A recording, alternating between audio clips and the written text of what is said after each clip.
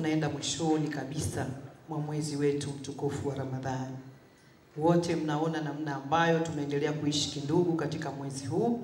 Mmeona namna ambavyo tumeendelea kupata tiba ya mwili katika mwezi huu, tiba ya roho katika mwezi huu. Ni mwezi ambao tunasali sana, ni mwezi ambao tunamuita sana Mwenyezi Mungu, ni mwezi ambao tunakutana sana kama ndugu.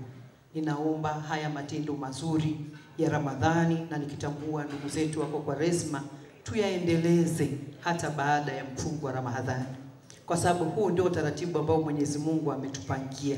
Lakini sisi binadamu, mioyo yetu wakati mwingine ni tofauti, tunaishi namna ambavyo tutakavyo sisi.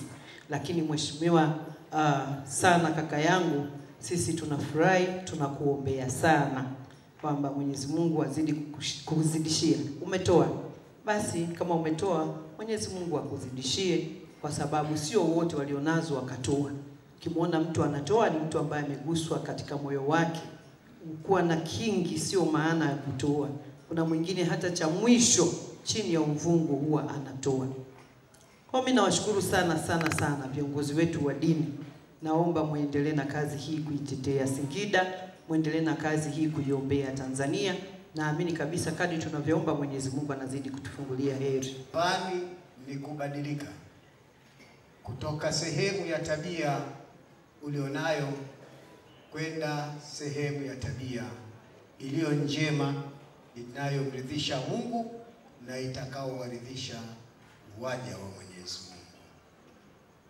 Kwa hivyo ni vyema kwa kipindi hichi tulichokuwepo katika mfungo wa mwezi mtukufu wa Ramadhani iwe ndio chuo chetu, na tuende tukaishi maisha ambayo tunayoishi ndani ya mwezi mtukufu wa Ramadhani. Isiwe Ramadhani inaondoka alafu tunarudi katika mifumo na maisha yetu tuliokuwa tukiyaishi. Ili Ramadhani yetu iweze kufanya kazi, tubadilikeni. Tuweni wa kweli, tuweni watifu, tuweni wasikivu, tuweni wenye kutii, tuweni wenye kutazama halali iko wapi tuifuate, tuweni wenye kuitazama haramu iko wapi tuikimbie. Tuepuke mfumo wa kutafuta riziki kwa njia iliyokuweko ya kumbakumba. Mimi niseme tu natoa shukrani kubwa kwa sababu kutengeneza futari alafu watu hawajaje, unaweza sijui utapeleka. Kwa hiyo nashukuru kwa kufika wote na tumeweza kuila, na nafikiri tumemaliza inshallah. Niwashukuru jamani sana kuhudhuria iftar hii ya jioni hii. Mungu awabariki sana na mashirikiano haya yaendelee siku zote.